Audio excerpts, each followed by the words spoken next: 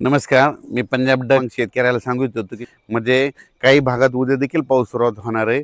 पण त्याच्यानंतर 20 तारखेपासून ते 26 तारखेच्या दरम्यान राज्यात म्हणजे खूप ठिकाणी पावसाळ्यासारखा पाऊस पडणार आहे. काही ठिकाणी गारपीट होणार आहे, काही ठिकाणी वारं सुटणार आहे. म्हणून हा अंदाज सर्व शेतकऱ्यांनी लक्षात घ्यायचा. सुरुवातीला आपण काय करू पाहू. आपण सुरुवातीला सांगतो कोल्हापूर जिल्हा, सातारा जिल्हा, पुणे जिल्हा, त्याच्यानंतर अहिल्यानगर, बीड जिल्हा. बीड जिल्ह्यामध्ये कळंब तालुका, कळंब, त्याच्यानंतर कळंब तालुका, धारूर तालुका, त्याच्यानंतर म्हणजे बीड जिल्ह्यात बऱ्याच ठिकाणी म्हणजे सर्व बऱ्याच ठिकाणी पाऊस पडणार आहे. त्याच्यानंतर लातूर जिल्हा, लातूर जिल्ह्यात देखील खूप ठिकाणी पाऊस पडणार आहे. म्हणून हा अंदाज सर्व शेतकऱ्यांना लक्ष द्यायचा. नांदेड जिल्ह्यात देखील पाऊस पडणार आहे म्हणजे 20 पासून ते 26च्या दरम्यान. म्हणून हा शेतकऱ्यांना अंदाज घ्यायचा.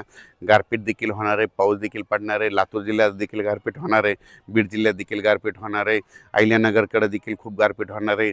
त्याच्यानंतर बारामती त्या साईडनं तर खूप गारपीट होणार आहे. बारामती पुणे जिल्ह्यात खूप गारपीट होणार आहे.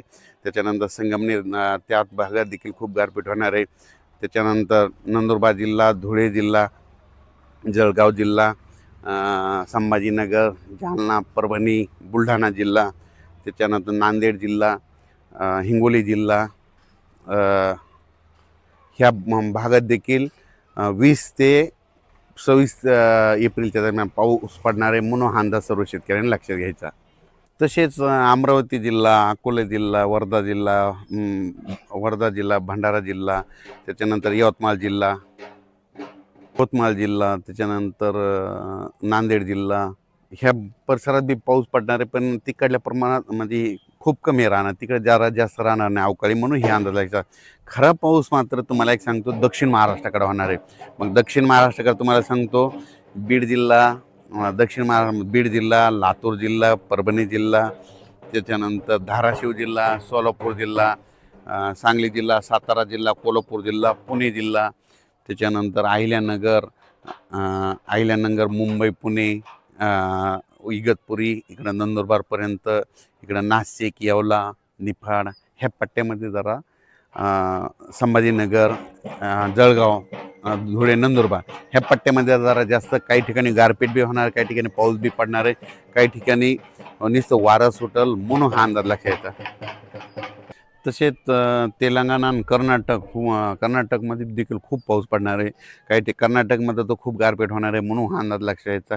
लातूर जिल्ह्यात देखील गारपीट होणार आहे, धाराशिव जिल्ह्यात गारपीट होणार आहे, सोलापूर जिल्ह्यात गारपीट होणार आहे, कोल्हापूरकडे देखील होणार आहे, साताऱ्याकडे देखील होणार आहे, पुणेकडे देखील होणार आहे, बारामती त्याच पट्ट्यात होणार आहे, बारामती 2 त्या पट्ट्यात देखील गार होणार आहे, कडाष्टी बीडकडे त्या पट्ट्यामध्ये देखील काही भागात गारपीट होणार आहे.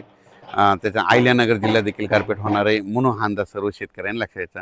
म्हणजे सांगायचं झालं तर काही ठिकाणी गारपीट होईल, काही ठिकाणी भाग सोडून देईल, काही ठिकाणी वारं देखील सुटेल.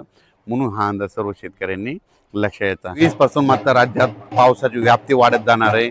म्हणून हा अंदाज लक्षात घ्यायचा. पाहू शकता हे तांबडा आभाळ हे झालंय. जर तांबडा आभाळ झालं, आता तुम्हाला शेतकऱ्याला सांगतो ज्या ज्या ठिकाणी असं तांबडा आभाळ आज होईल, उद्या होईल की आणि परवा देखील होईल, 19 तारखेला होईल, त्या ठिकाणी वाटल्यास त्याचा फोटो काढून ठेवायचा. बघा 3 दिवसात पाऊस येते की नाही हे अंदाज तुम्हाला निसर्ग देत आहे. कांद्यावरचे जे शेतकरी आहेत उत्तर महाराष्ट्राखाली म्हणजे नंदुरबार जिल्हा, धुळे जिल्हा, जळगाव जिल्हा, नाशिक जिल्हा, निफाड जिल्हा, येवला तालुका, अंदोरसूर, त्याच्यानंतर शिर्डी, राहता, कोपरगाव, राहुरी त्या पट्टा, त्याच्यानंतर संगमनेर तालुका, त्याच्यानंतर इकडं बीड जिल्ह्यामधले कांद्यावाले शेतकरी, त्याच्यानंतर 2 जिल्ह्यातले कांद्याचे शेतकरी, पुणे जिल्ह्यातले कांद्याचे शेतकरी, सातारा जिल्ह्यातले कांद्याचे शेतकरी, त्याच्यानंतर कराड भागातले कांद्याचे शेतकरी, त्यांनी काय करायचं. आणखीन तुम्हाला उद्याच्या दिवस चान्स आहे झाकून, उद्या काढून दुपारपर्यंत झाकून. मात्र परवा मात्र सोमवारपासून मात्र राज्यात चांगलं पावसाचं स्वरूप वाढत जाणार आहे. म्हणून हा अंदाज लक्षात घ्यायचा. अचानक वातावरण झालं तर परत एक मेसेज दिला जाईल. धन्यवाद.